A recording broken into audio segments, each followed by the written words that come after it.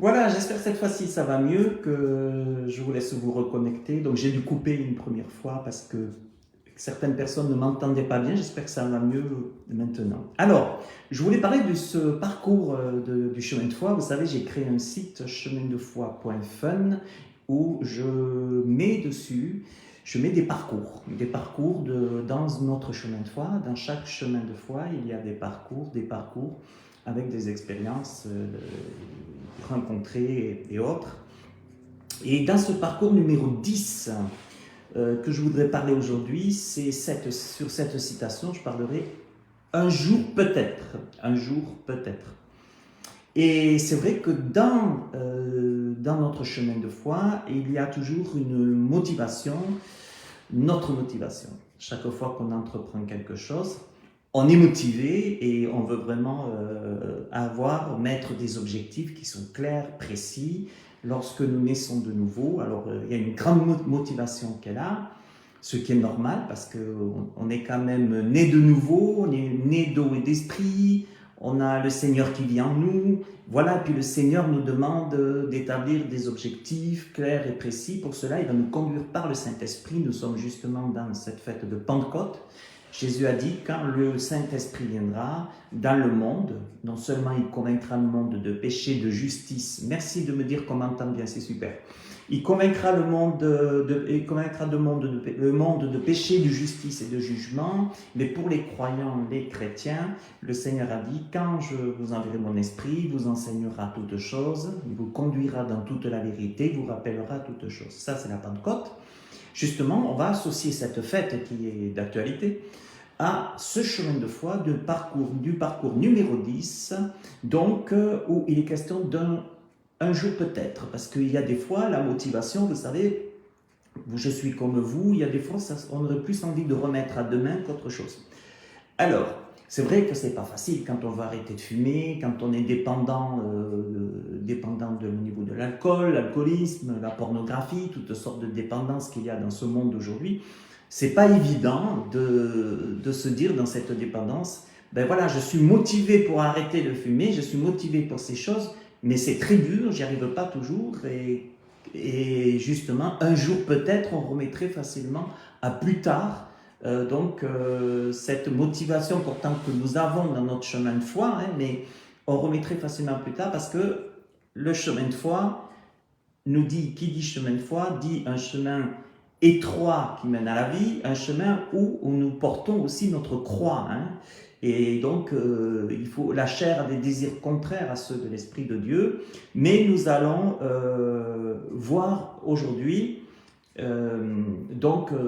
ce soir, nous allons voir justement que c'est possible d'avoir des motivations, de se fixer des objectifs et de pouvoir aller jusqu'au bout.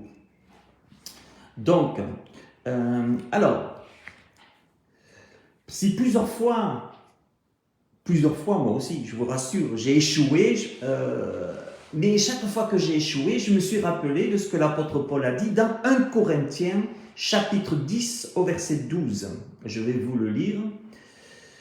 Ainsi donc, que celui qui croit être debout prenne garde de tomber. Aucune tentation ne vous est survenue qui n'ait été humaine, et Dieu qui est fidèle ne permettra pas que vous soyez tentés au-delà de vos forces. C'est déjà une très bonne nouvelle de savoir que Dieu ne permettra pas qu'on soit tenté au-delà de nos forces. Et la Bible dit que avec la tentation, il préparera aussi le moyen d'en sortir afin que vous puissiez la supporter, dira l'apôtre Paul. Donc, c'est vrai que personnellement, on tombe tous. On est tous pécheurs et on a tous des difficultés à établir des objectifs qui sont clairs et précis bien sûr, dans notre chemin de foi, je le répète. Mais la bonne nouvelle aussi, c'est quoi? C'est que Dieu ne permettra pas que nous soyons tentés au-delà de nos forces, mais avec la tentation, il préparera aussi le moyen, on va le voir, d'en sortir, pour que nous puissions supporter la tentation. Alors, s'il y a certaines tentations qui sont difficiles, il y a certaines, oui, j'ai envie de dire, certaines tentations où on aurait envie de les mettre de côté.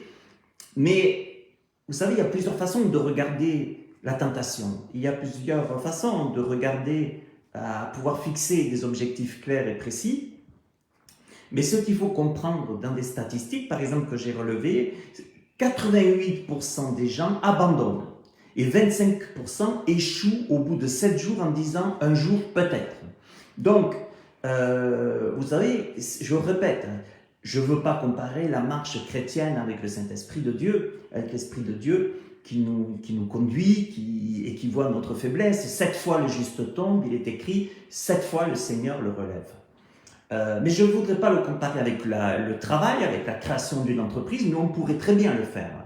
Je reprends ce que je disais au début. Au départ de la nouvelle naissance pour le chrétien, après le baptême, il y a un engagement, il y a une motivation à vouloir marcher sur l'eau, à vouloir faire plein de choses. On est tout feu, tout flamme, et alors on se fixe des objectifs, comme je l'ai dit, clairs et précis. Et quand on crée une entreprise, c'est la même chose. Quand on crée une entreprise, il y a une motivation qu'elle a, et cette motivation qu'elle a à créer une entreprise, on a envie que cette entreprise réussisse.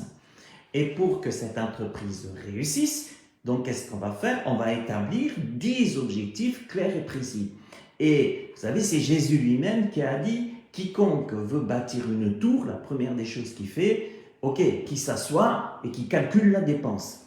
Vous savez, beaucoup de gens sont très, très excités et motivés à créer, par exemple, une entreprise, mais il va falloir établir ces objectifs clairs et précis. Pourquoi? Il va falloir réfléchir. Il va falloir réfléchir au pour, au contre, bien comprendre la situation. Et dans la nouvelle naissance, c'est pareil. Quand on est tout feu, tout flamme, lorsqu'on est des bébés spirituels, on est tout feu, tout flamme, à vouloir aussi tout réussir. Mais là aussi, Jésus nous dit, assieds-toi et calcule la dépense. Donc ça, c'est très très important. Je vous dis ça, mes amis, parce que nous savons que si des entreprises échouent, il y a aussi des personnes, des chrétiens dans leur marche qui échouent aussi, et j'en fais partie. Comme je l'ai dit, nous sommes tous pécheurs, mais cette fois le juste tombe, cette fois le Seigneur le relève. Donc, il y a ce qu'on appelle la marche par les œuvres de la chair, par les œuvres charnelles, les œuvres de la pensée mondaine unique, et il y a une marche spirituelle. C'est la marche que le Seigneur nous propose dans ce chemin de foi. Il y a une marche spirituelle avec des objectifs clairs et précis. Alors c'est important pour cela de s'arrêter, de prier, de calculer la dépense. Jésus a dit, si tu veux me servir, tu prends ta croix. Voilà, et puis si même ton père, si tu préfères ton père et ta mère et les autres tous, tu les fais passer avant moi, tu ne pourras pas me suivre sur ce chemin de foi que je t'appelle, dans ce chemin resserré. Par contre, honore ton père, honore ta mère, mais le service pour Christ est prioritaire. Et donc nous voyons que il y a dans ce chemin de foi une motivation, mais cette motivation, elle doit être travaillée. Parce que cette motivation, vous savez, on peut être un coup tout feu, tout flamme, comme un coup on peut être en bas le moral, j'en ai marre de cette foi, j'en ai marre, j'arrive pas à gérer ma dépendance, etc. Et vous savez, mais dis-toi toujours que chaque fois qu'il y a une résolution, qu'il y a une motivation, 88% échouent, des gens abandonnent et 25% échouent au bout de 7 jours en disant un jour peut-être parce qu'ils se disent j'y arrive pas.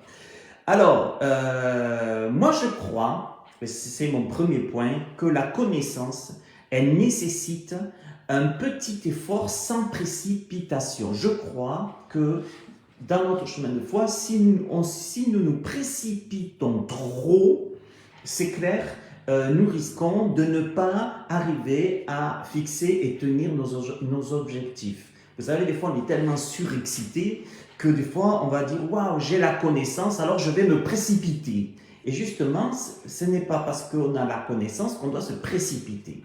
Je crois que la précipitation n'est pas forcément bonne. Vous savez, la plupart des gens certains qui se précipitent souvent trop rapidement abandonnent. Et plus qu'abandonnent, ils finissent par en avoir marre de se fixer des objectifs et de ne jamais les tenir. Voilà, précipitation, non.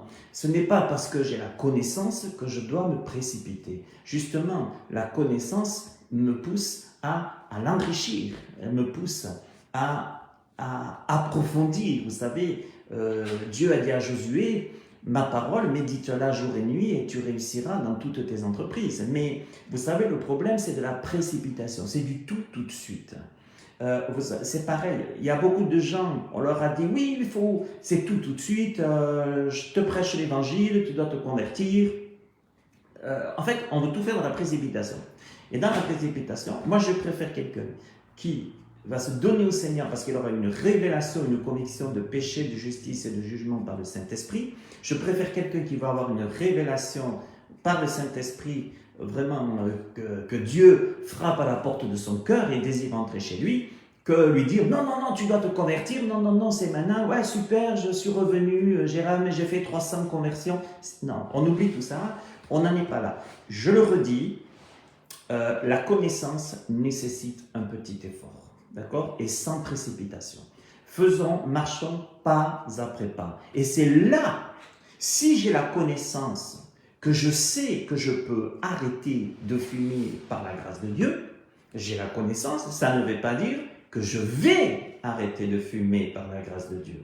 Ça veut dire que cette connaissance que j'ai la connaissance comment Dieu ne veut pas que je meure, Dieu ne veut pas que je finisse avec un cancer, Dieu ne veut pas que je m'intoxique. Alors qu'est-ce que Dieu va faire? Il va dire, la connaissance tu l'as, mais ne te précipite pas. Ne te précipite pas, mais essaye plutôt, pas après pas, de voir comment tu peux te fixer des objectifs pour arriver à cette délivrance, à cette étape où tu vas arrêter cette dépendance, au lieu que, en te précipitant, tu dises « j'abandonne tout, j'en ai marre ». Et c'est pareil, je parle de la cigarette, je peux parler de l'alcool, je peux parler de la pornographie, je peux parler de toutes sortes de dépendances. La connaissance, nous l'avons, mais avec la précipitation, on n'y arrivera pas. C'est vrai que quand on est très, si nous sommes des personnes qui sont très excitées, puis qu'on aime la perfection, on va vouloir la perfection tout de suite, on va se précipiter, et là le Seigneur va nous rappeler, mais t'en es pas là. Donc vas-y gentiment, ne te précipite pas, mais c'est vrai que la connaissance nécessite un petit effort, mais sans la précipitation. La plupart des gens, je l'ai dit, ils en ont marre, ils se fixent des objectifs, mais ils ne les tiennent jamais. Ils disent à tout le monde, ouais, super, le Seigneur m'a guéri, le Seigneur m'a délivré, super, maintenant je suis plus comme ci, je suis plus comme ça. Et puis tout d'un coup, 10 jours après, on va le revoir, c'était une belle soirée, c'était un beau match de foot spirituel, c'était chouette, on s'est tous éclatés, mais on s'est peut-être précipité par rapport à la délivrance que nous avons reçue. Dieu peut nous délivrer, on peut être délivré tout de suite, comme Dieu peut nous délivrer, mais nous dire, maintenant, après la délivrance, vient le chemin de la pré-délivrance, où justement, il va falloir, cette nouvelle connaissance va nécessiter un petit effort, mais sans précipitation.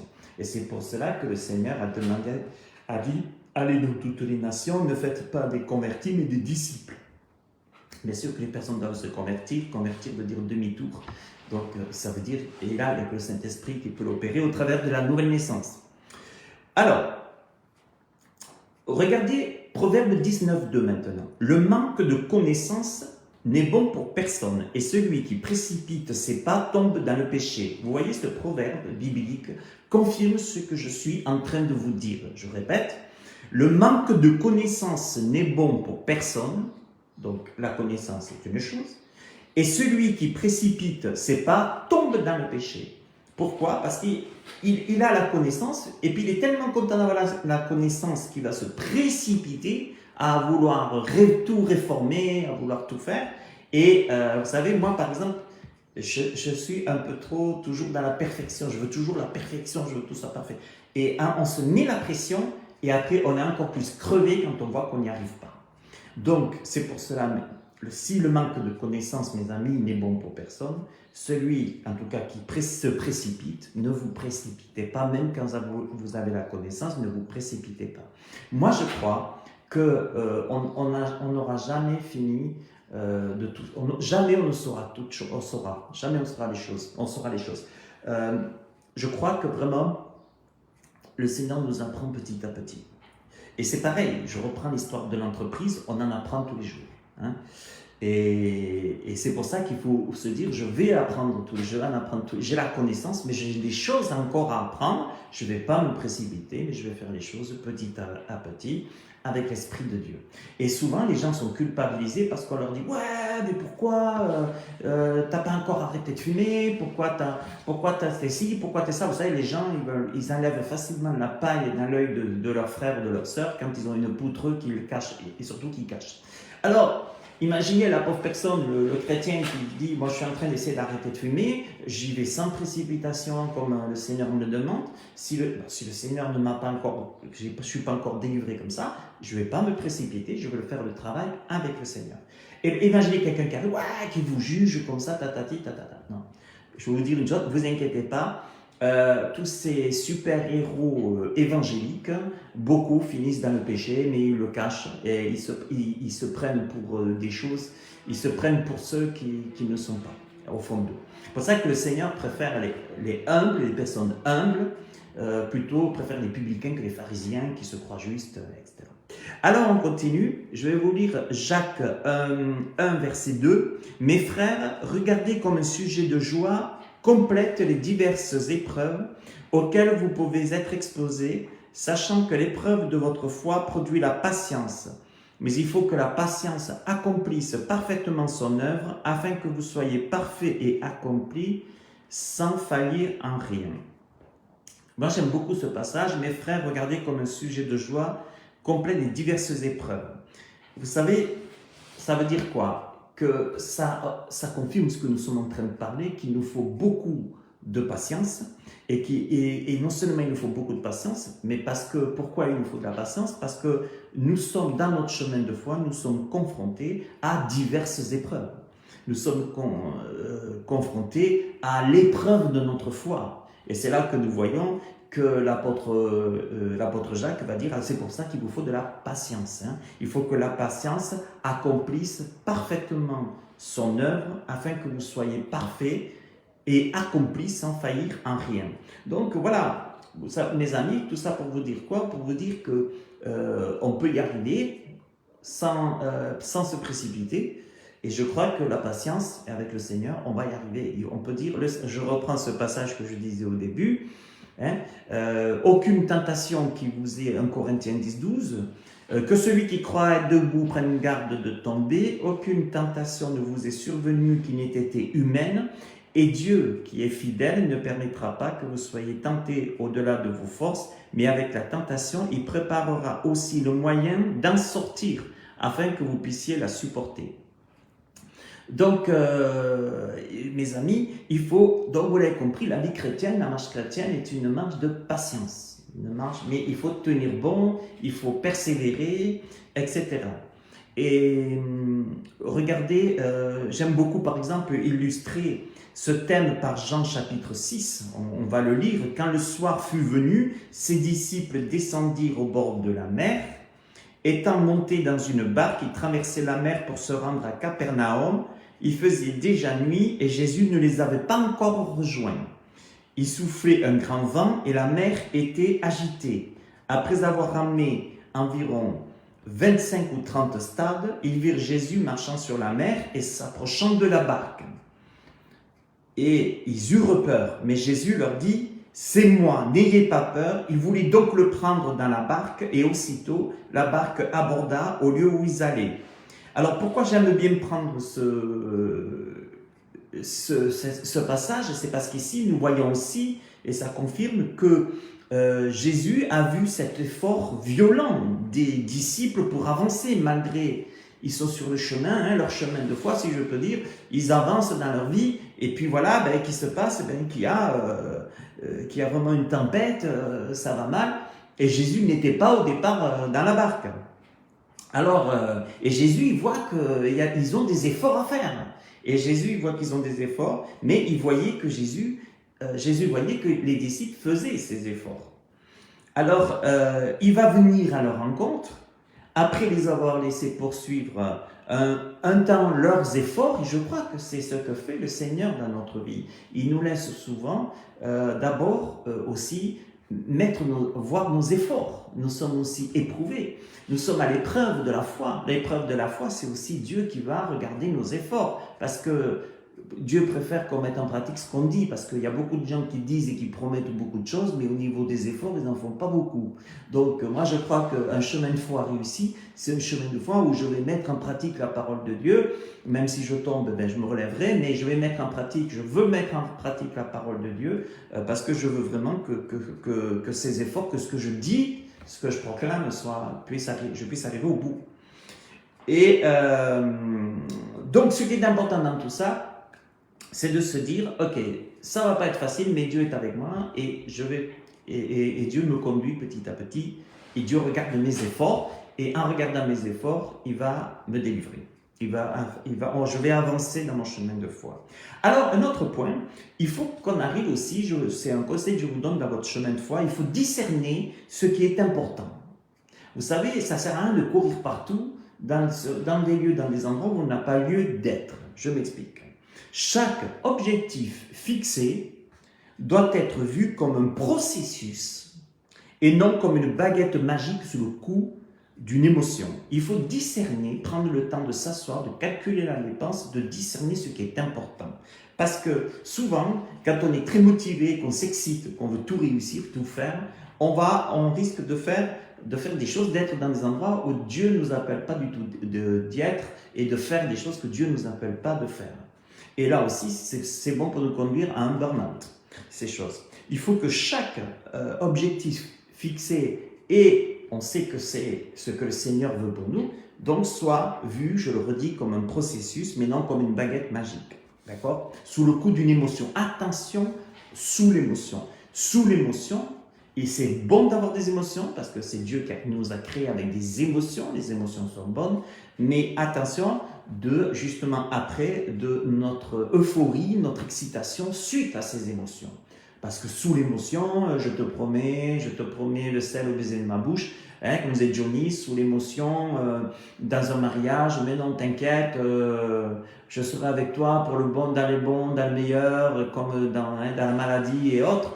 Et on voit que dès que ça ne va pas, l'émotion est finie. Il y en a certains, ils claquent la porte, ils disent au revoir, j'ai plus envie de continuer avec toi. Voilà, donc ça, ce sont des divorces, je veux dire, où il n'y a eu que l'émotion au départ, mais après, quand il faut porter sa croix, quand il faut marcher selon le regard de Dieu, selon les commandements du Seigneur, ben là, il n'y a plus personne.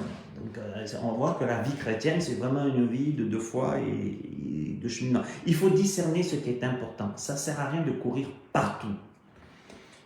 Alors, mes amis, pour terminer, je voudrais nous lire Luc 14, verset 27. « Et quiconque ne porte pas sa croix, ne me suit pas, ne peut être mon disciple, car lequel de vous, s'il veut bâtir une tour, je le reprends, ne s'assied d'abord pour calculer la dépense et voir s'il a de quoi la terminer. De peur qu'après avoir posé les fondements, il ne puisse l'achever, et que tous ceux qui le verront se mettent à le railler. » Voilà, je crois que le but du Seigneur, je le redis, c'est que nous puissions apprendre, réfléchir, mettre en place les choses. L'objectif, c'est quoi? C'est d'être capable de discerner ce qui est important. Il faut déjà réfléchir qu'est-ce qui est important ou qu'est-ce qui n'est pas important. La vie ne change et ne changera que par la grâce de Dieu et par des actes intentionnels posés par la foi. Vous savez, quelqu'un disait, je suis d'accord avec lui, le changement et les progrès sont quasiment automatiques. Et je le crois. Je répète, le changement et les progrès sont quasiment automatiques.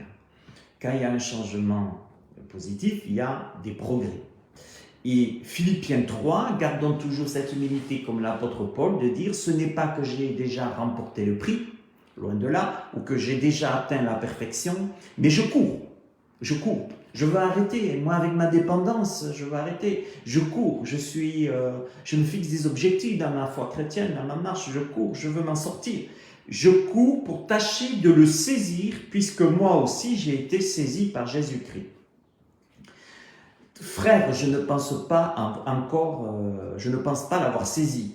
Mais je fais une chose, et j'aime beaucoup ce que dit l'apôtre Paul ici, je fais une chose, dira-t-il, oubliant ce qui est en arrière, c'est-à-dire ne pas toujours se concentrer que sur les échecs, pas toujours se focaliser que sur les échecs, oubliant ce qui est en arrière, et me portant vers ce qui est en avant. C'est là notre travail. Notre travail, c'est ça, c'est de tendre, de regarder devant, pas toujours se dire « oh là là, je remets à plus tard parce que j'y arrive pas ». J'arrive pas à arrêter de fumer, j'arrive pas avec ma dépendance, j'arrive pas à me fixer des objectifs clairs et précis, j'arrive pas parce que je me précipite trop. Et là, ce qui est important, c'est d'oublier nos échecs pour dire je vais plutôt maintenant me porter vers ce qui est en avant par la grâce de Dieu. Gentiment, je vais faire quoi? Je vais apprendre à voir ce qui est important et de voir comment je peux mettre en place ce chemin, cette délivrance. Oui, le Seigneur peut nous guérir et nous délivrer tout de suite. Je l'ai déjà vu, je sais qu'il le fait, et je n'ai aucun doute là-dessus. Je l'ai expérimenté moi-même. Donc, il n'y a aucun souci. Mais je sais aussi que Dieu ne fait pas toujours comme ça. Que Dieu, des fois, il veut aussi, parce que c'est notre école biblique, d'ailleurs lui-même, bien qu'il fût fils, il a appris l'obéissance par les choses qu'il a souffert. Donc, pourquoi je vous dis ça? C'est que même Jésus lui-même, il a appris l'obéissance par les choses qu'il a souffert, les épreuves. Donc, mes amis, oui, on a tous nos épreuves, on a tous notre croix à porter, on a tous besoin de guérison, on a tous besoin de miracles, on a tous besoin de marcher en lui, d'enraciner dans sa parole, mais il faut aussi du temps. Il faut du temps, il faut calculer la dépense, mais en tout cas, il y a aussi une chose que j'aime beaucoup, et 1 Pierre 5,10, je vais vous le dire, le Dieu de toute grâce qui vous a appelé en Jésus-Christ à sa gloire éternelle, après que vous aurez souffert un peu de temps, vous voyez, et oui, on nous prêche aujourd'hui, il y a des évangiles qui sont prêchés comme s'il n'y a rien à souffrir. Non, allez, c'est baguette magique, c'est bon. Non, après que vous aurez souffert un peu de temps, vous perfectionnera lui-même. Donc, en fait, moi, je veux me fixer des objectifs dans ma foi chrétienne, dans ma marche chrétienne, mais je sais une chose, et je ne dois jamais l'oublier, c'est que le Seigneur, c'est lui qui va me perfectionner. Ce n'est pas moi qui vais me perfectionner. C'est lui qui va me perfectionner. Il me perfectionnera lui-même, il vous affermira, vous fortifiera, vous rendra inébranlable. Donc, c'est lui qui va le faire. C'est lui qui le fait. Moi, je me fixe des objectifs, les objectifs que le Seigneur me met à cœur. Je prends ma croix. 7 fois le juste tombe, 7 fois je tombe, 7 fois le Seigneur me relèvera, mais je regarde en avant, je ne regarde pas mes échecs, et je dis merci Seigneur, parce que je continue à me relever, je continue à porter ma croix, je continue à crier à toi, je continue à intercéder auprès de toi, et je te remercie Seigneur, parce que après que j'aurai souffert un peu de temps, tu vas me perfectionner, tu vas m'affermir, tu vas me fortifier, et tu vas me rendre inébranlable. Et vous savez, il faut comprendre une chose, c'est que la Bible dit que Dieu nous a donné son esprit pour gagner tous nos défis. Je répète, Dieu nous a donné son esprit pour gagner tous nos défis. Oui, tu as un défi pour la cigarette, oui, tu as un défi pour l'alcool, oui, tu as un défi pour la pornographie, tu as un défi pour je ne sais quelle dépendance, mais Dieu, il t'a donné son esprit pour gagner ces défis. Pas pourquoi je te dis ça? Parce que la capacité vient de lui, je le redis. Le Dieu de toute grâce qui vous a appelé en Jésus-Christ à sa gloire éternelle, après que vous aurez souffert un peu de temps. Et oui, désolé si je suis pécheur, je souffre et puis j'ai envie de m'en sortir et pour que je m'en sorte, je dois souffrir. Il faut arrêter avec ces messages évangéliques où il n'y a aucune souffrance, que je ne sais quoi, ou alors que c'est parce que j'ai des problèmes que je souffre. Non, je veux dire, Job, il souffrait, croyez-moi, il en connaît un bout sur la souffrance. Mais c'est après que vous aurez souffert un peu de temps, il vous perfectionnera, Lui-même, il vous affermira, il vous fortifiera et vous rendra inébranlable. La seule chose qu'il faut faire, il ne faut pas regarder à nos échecs, il ne faut pas regarder toujours, même si des fois c'est utile de regarder d'où nous sommes tombés lorsque nous avons tout abandonné, mais dans cette situation-là, si je veux toujours me perfectionner, si je veux toujours me fixer des objectifs dans mon chemin de foi, il est très très important que je puisse en tout cas faire sa volonté, crier à lui, et même si je tombe, je continue à me fixer les objectifs en criant au Seigneur, et je reçois sa grâce. Même si cette fois je suis tombé, mais cette fois le Seigneur me relèvera. Et oui, mais je veux m'en sortir, je veux. Et je sais que le Seigneur, il voit que je veux m'en sortir. Lorsque les apôtres étaient dans la barque, Jésus n'était pas avec eux, mais Jésus voyait très bien les efforts qu'ils faisaient. Et comme Jésus, en voyant les efforts qu'ils faisaient, il est allé les rejoindre dans la barque pour calmer la tempête. Mais au départ, ils faisaient leurs efforts. Et s'il n'y avait pas eu le Seigneur, ils seraient morts. C'est ça. Porter sa croix, c'est aussi de dire, je rame à contre-courant, c'est pas facile, je souffre parce que c'est pas facile d'arrêter, c'est pas facile de devenir mature spirituellement, pas facile de vivre mes guérisons, mes délivrances, mais je sais une chose, c'est que je regarde devant et je sais que le Seigneur est avec moi dans la barque qui me rejoint, dans la barque de ma vie et qui m'a donné son esprit et pour gagner tous mes défis parce que la capacité vient de Dieu. Et je vais vous lire aussi Hébreux 13, 21. Que Dieu vous rende capable de toute bonne œuvre pour l'accomplissement de sa volonté et fasse en vous ce qui lui est agréable. Par Jésus-Christ, auquel soit la gloire au siècle des siècles. Amen. Vous voyez, il nous rend capables. Il nous rend capables. Après, il faut accepter que oui, c'est pas tout de suite, tout baguette magique.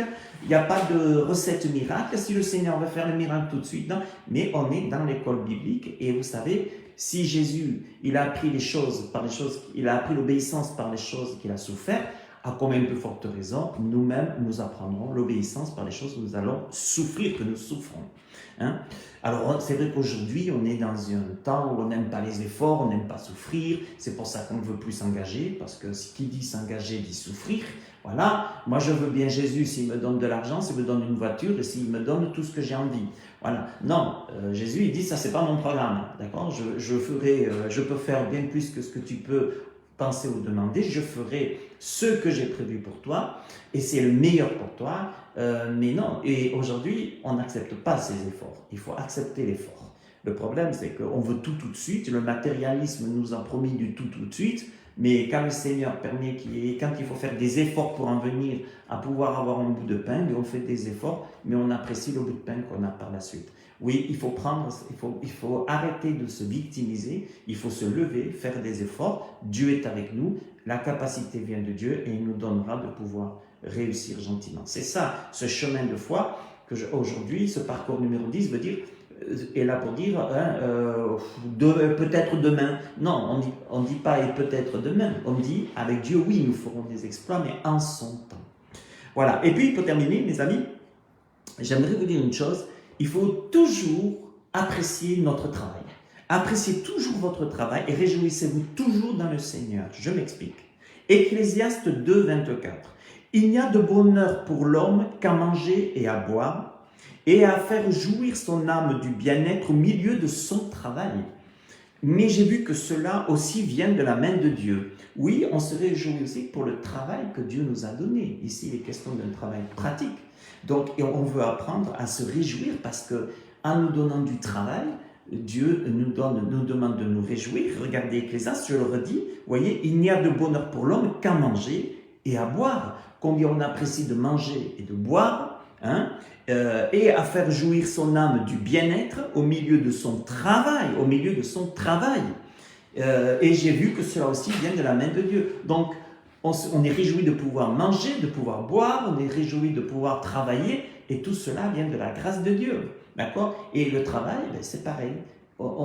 Si nous n'avons pas de travail, et que nous pouvons travailler, demandons à Dieu, Dieu veut que nous travaillions, demandons à Dieu de nous ouvrir les portes, de nous donner, de nous aider, de nous orienter, de nous montrer la voie par son esprit pour trouver du travail. Et après Dieu nous dira, réjouis-toi au milieu de ton travail parce que tu pourras te payer les choses et tu en verras toute la valeur. Et ça fait parce que Dieu veut que nous puissions aussi apprendre à apprécier les choses de la vie et aussi y rendre grâce. Et il nous donne la force, il nous donne la capacité. Vous savez, moi je crois plus aux dons qu'aux diplômes. Voilà, ça c'est ma façon de voir les choses. Je crois plus aux dons qu'aux diplômes. Pour moi, si chaque personne qui est créée a des dons, et si ces dons sont mis en pratique, si aujourd'hui les entreprises, au lieu de dire si tu n'as pas de diplôme, au revoir, non, on regarde ça en premier, puis sinon c'est au revoir, cherchons les dons des personnes, mettons chaque personne à sa place et le monde se portera beaucoup mieux. Que tu sois diplômé ou pas, tout le monde sera heureux. Et on peut très bien avoir un diplôme avec un don, c'est encore plus magnifique, mais certains y arrivent, d'autres non, mais ce qui est prioritaire, c'est le don que Dieu donne pour accomplir des choses. Le don que Dieu t'a donné, mets-le en pratique, travaille, réjouis-toi au milieu du travail pour la gloire de Dieu. Voilà, d'ailleurs, Ecclésiaste maintenant 5.18, voici ce que j'ai vu, c'est pour l'homme une chose bonne, est belle de manger et de boire, on a vu. Philippiens 4.4, réjouissez-vous toujours dans le Seigneur, je le répète, réjouissez-vous, toujours, réjouissons-nous dans le Seigneur, toujours, dans tout ce que nous faisons, même si nous avons envie de nous en sortir et qu'on n'en est pas encore là, qu'on tombe, mais que le Seigneur nous relève, eh bien on se relève et on continue, on se réjouit de ce qu'un jour, par la foi, Dieu nous donnera la victoire, parce que la capacité qui vient de lui. Alors, il ne nous a pas donné toute sa capacité, il nous a donné ce qui est intéressant, il est dit, je vous ai donné le pouvoir de marcher sur les serpents et les scorpions et sur toute la puissance de l'ennemi et rien ne pourra vous nuire. Ce qui est intéressant ici, c'est de dire que le mot pouvoir, en grec, veut dire exousia, qui veut dire l'autorité. Attention, pas le pouvoir, puissance, baguette magique, je vous ai donné l'autorité de marcher sur les serpents, les scorpions, toute la puissance de l'ennemi. Après, il faut l'utiliser, cette autorité. Il faut savoir aussi, comme je l'ai dit, il faut la connaissance de cette autorité. Il faut ce travail. L'autorité vient dans l'épreuve, vient en grandissant. Vous savez, le père, la saine autorité d'un père pour son enfant ou pour ses enfants, et ça s'apprend. Il n'a pas l'autorité comme ça. D'accord? Ça se développe. Et puis, voilà, donc réjouissez-vous. Au contraire, 1 Pierre 4.13, aussi, réjouissez-vous au contraire de la part que vous avez aux souffrances de Christ, afin que vous soyez aussi dans la joie, dans l'allégresse, lorsque sa gloire apparaîtra. Voilà, mes amis, que Dieu vous bénisse tous. C'était un plaisir pour moi. Ça a été perturbé aujourd'hui. Il y avait ce départ, il n'y avait pas de son, très peu. Je sais pas, il y a eu plein de choses. Mais c'est pas grave, on est arrivé jusqu'au bout, c'est le principal. Je vous salue tous, je vous bénis tous dans le nom du Seigneur Jésus-Christ et à bientôt pour un prochain enseignement.